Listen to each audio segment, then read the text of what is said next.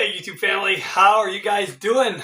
I hope you're all doing well. I got home from work today and I had a lovely package at the door.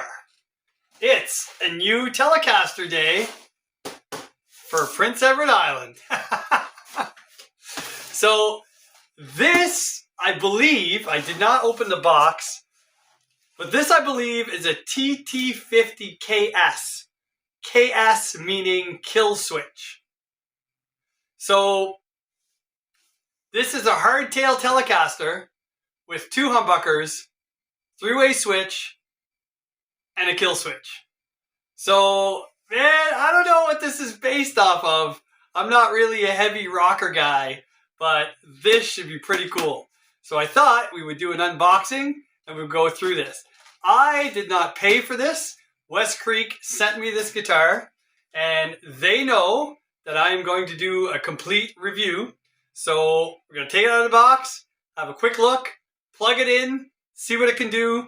Part 2, I will do an under the hood just to see what kind of components we're looking at, and a setup if it needs it. Look, any guitar, I don't care if it's a Fender, Gibson, Ibanez, Earl Slick, IYV, WestCreek, M-Musi, Firefly, EVH, I don't care what it is. If it hasn't been set up between the time it left the factory and the time that you end up with it at your house, it is going to need something. That I can promise you. So I'm fully expecting this guitar to need at least a basic setup. But we will find out. So it comes packaged in a nice thick cardboard box. Surprisingly, not too bent up. There's a couple of little seam fissures here in the back, but it doesn't appear to go through all the way. So let's open this up and see how this baby's packaged.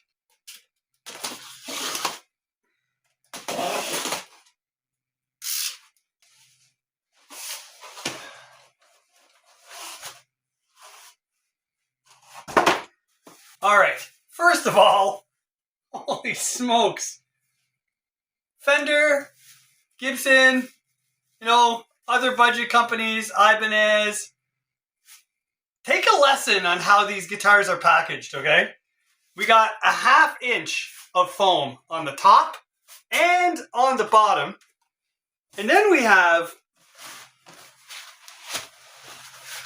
3 inches, if not 4, I'm just guessing, of solid foam. And this is not the flaky stuff. This is the good stuff, all right?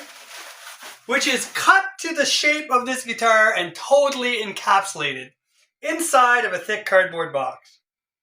This is how a customer should receive a guitar, especially if it's going to be shipped across the country or from another continent. So take a lesson on how WestCreek packages their guitars for shipping. At least they take pride enough in their instrument so that when the customer gets it, it's going to be in one piece. Oh, we have tools, truss rod wrench, we have the owner's manual. We even have a little neck support, foam inside here between the molded foam cutout. Oh, it's like double bagged. So there's like a plastic vapor barrier, I guess, on top of a nice mesh bag, which protects the guitar's finish. Excellent packaging job. All right, here's the headstock. Looks like a WestCreek headstock. WestCreek guitars, rock solid quality at a killer price. These in Canada, I just looked on Amazon, are $2.99 plus taxes. Wow. Look at the grain. Man.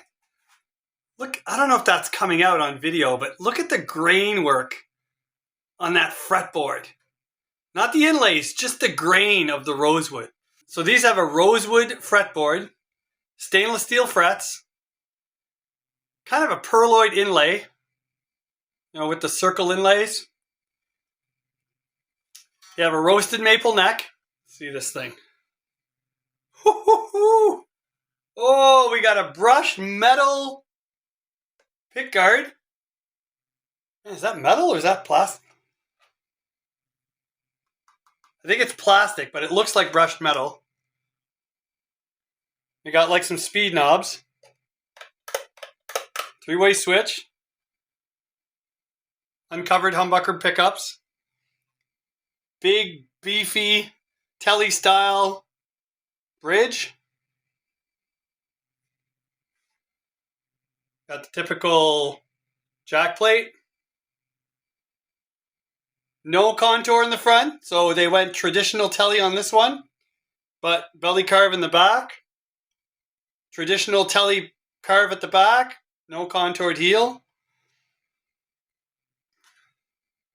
This has got to be the kill switch. Wow, cool. No, the action on this is pretty good. Look at that. Man, all right. The black paint is awesome. Looks really good. Some fingerprints on it, of course. The binding work, like most WestCreeks I've seen, is perfect. Look at that. Man, this is a $299 guitar. Features are crazy. Wow, very cool. So, looks similar to the TT-20 and TT-50 tuning pegs. Neck feels great. Wow, just a basic rocker. I like it. Nothing else to do but plug this thing in right out of the box and see what we got. Alright, I tuned it up-ish, plugged it in. Gonna go with just my Quilter amp, so not a tube amp. Everything's set at 12 o'clock. Just looking at these saddles, and it really doesn't look like anything's intonated. But very quickly, right out of the box, now that it's tuned, relief in the neck is almost non-existent. This string is almost touching those frets. Very little movement. So that's kind of where I like it. And just the nut height is, yeah, they're all a little bit high at the nut. So these nut slots could be just a little bit deeper. But that's good because it's always easier to deepen them a little bit than it is to kind of build them up if they're too low. I can see colored ball ends in the back there. I don't know if you guys can see that. So it looks like it might be some form of D'Addario strings. I don't know. Let's see what the action is right out of the box. Action at the 12th fret is 0.055 to 0.06 on the low E. And exactly 0.05 right at the line on the high E. B, G. Wow. Action is super low right across on this thing. Feels pretty good. That's right about where I would have my action.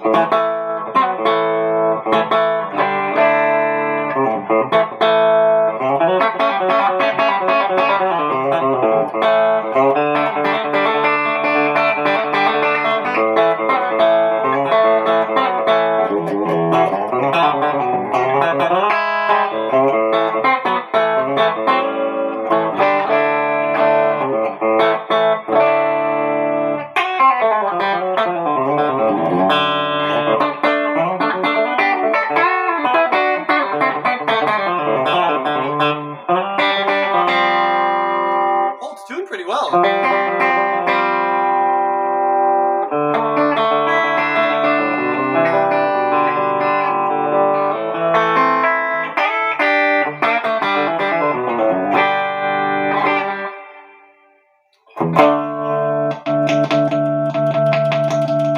Switch sort of works, I guess.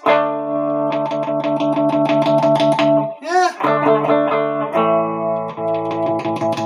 I don't like that you can hear it slapping, you know, like you hear it through the amp. It sounds like there's a little bit of static as it's making contact. Seems to work. So middle position. Wow, it's nice and punchy.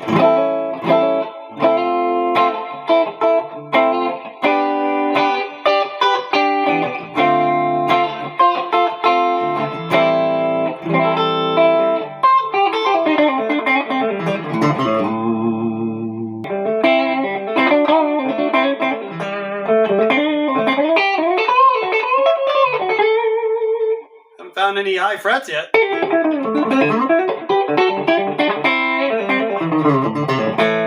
With action this low, if there were some, we'd find them for sure.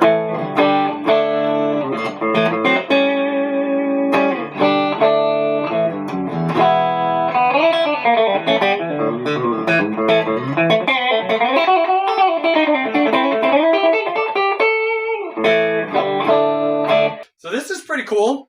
Again, I'm more of a traditional telly guy. I'm not really big on humbuckers, but if this is it's kind of like a Gibson LP in a telly shape, hardtail bridge, kind of like the traditional telly body. No real body contours except for the belly cut.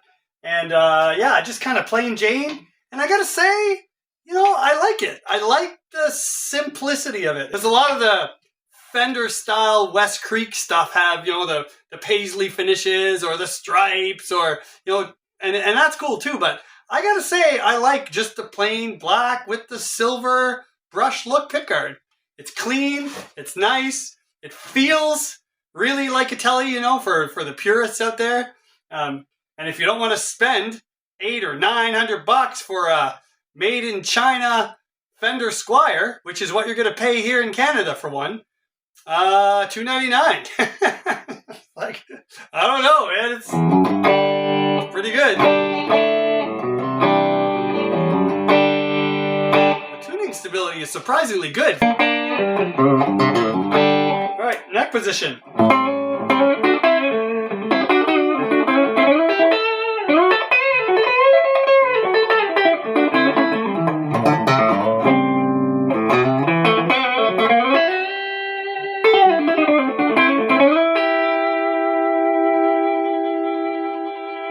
Pickups have good sustain.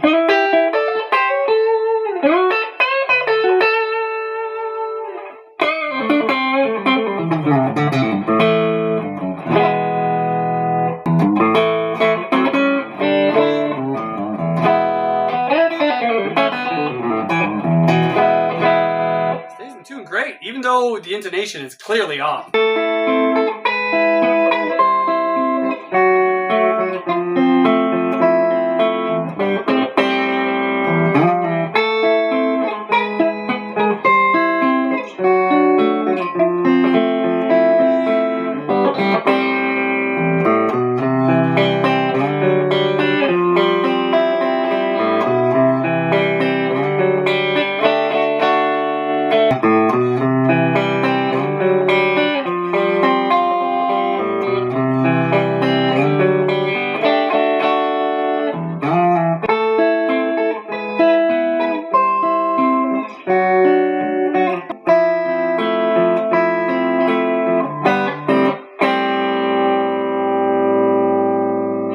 Pickups are at the same height right out of the box. Like the bridge and the neck seem to be exactly at the same height. I didn't really adjust them. The plastic's still on them.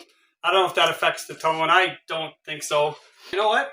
Since this guitar is technically mine, I guess we can peel this plastic off. Maybe the static electricity is causing that snapping noise, eh? Huh. Alright. Now, no difference in sound though.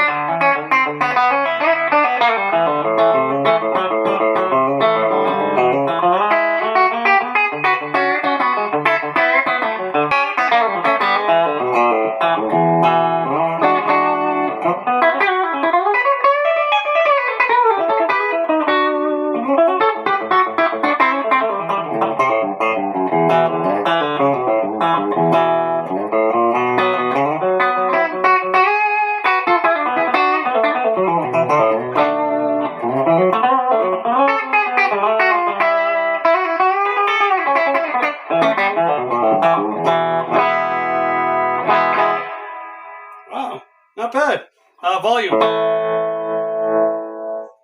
So definitely a linear type pot. It's very precise.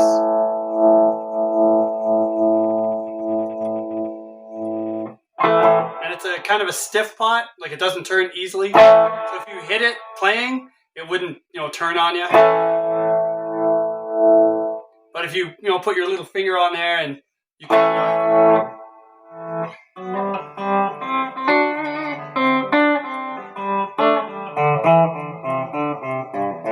you could do volume swells, I guess, but I can't do that stuff.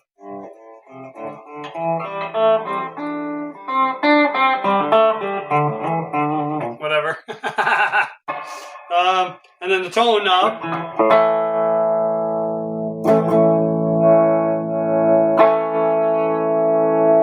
So the tone is not linear. It seems to...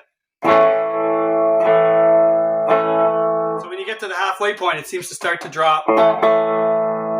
And then it, darkens up in that last quarter turn. So there's about half.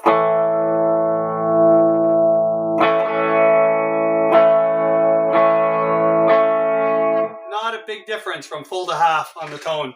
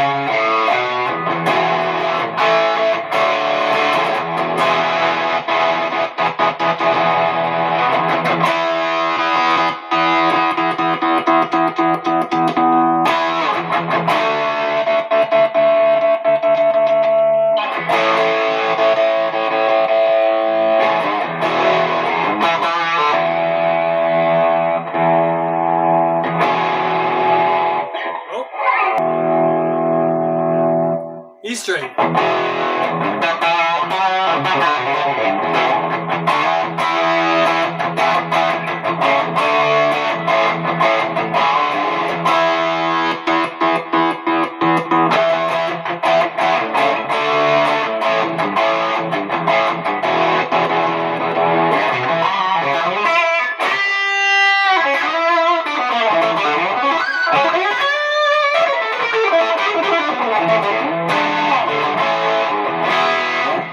Middle position.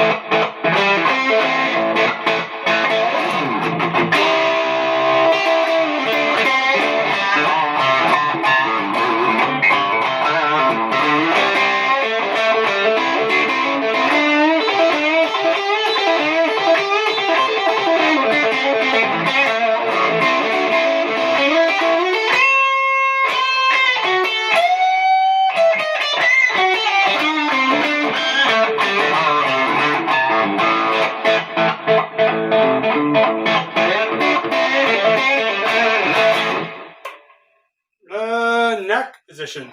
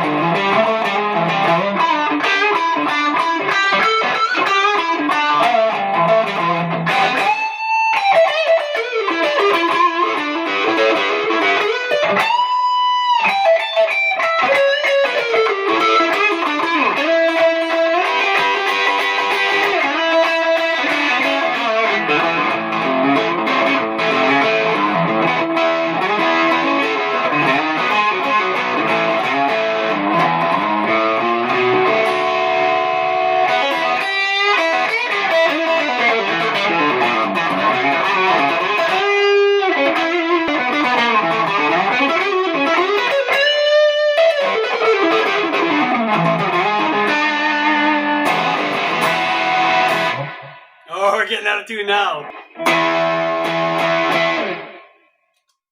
Holy, I'm impressed. This feels more like a back to my roots guitar kind of thing, you know? Nothing fancy, straightforward, 2 big humbuckers, volume and a tone, 3-way switch. This kill switch, I could do without. I would never use that. I don't know how to use it. So, yeah, bone nut. Fantastic. Got the nice string trees on it, nice roller trees. Well, they're not roller, but they're rounded. So they have minimal contact with the string passing underneath, as opposed to those butterfly ones that have like a wide surface. So I like these better. Tuners feel great. I tuned them, the one time and stretched the strings, tuned them up again, played all this stuff. And other than, black fingers, held tuned great. Guitar came fairly well set up. You look at the geometry, the bridge saddles are slightly elevated, so there's a good break angle from the string through going over the saddle, and the action is great. It's perfect on every string. It's pretty good. Intonation's off, nut height's a little high if you want to be fussy. Neck feels great. Fretboard's dry, of course. I don't know how long this guitar has been in transit, right? And the frets could use a little polishing.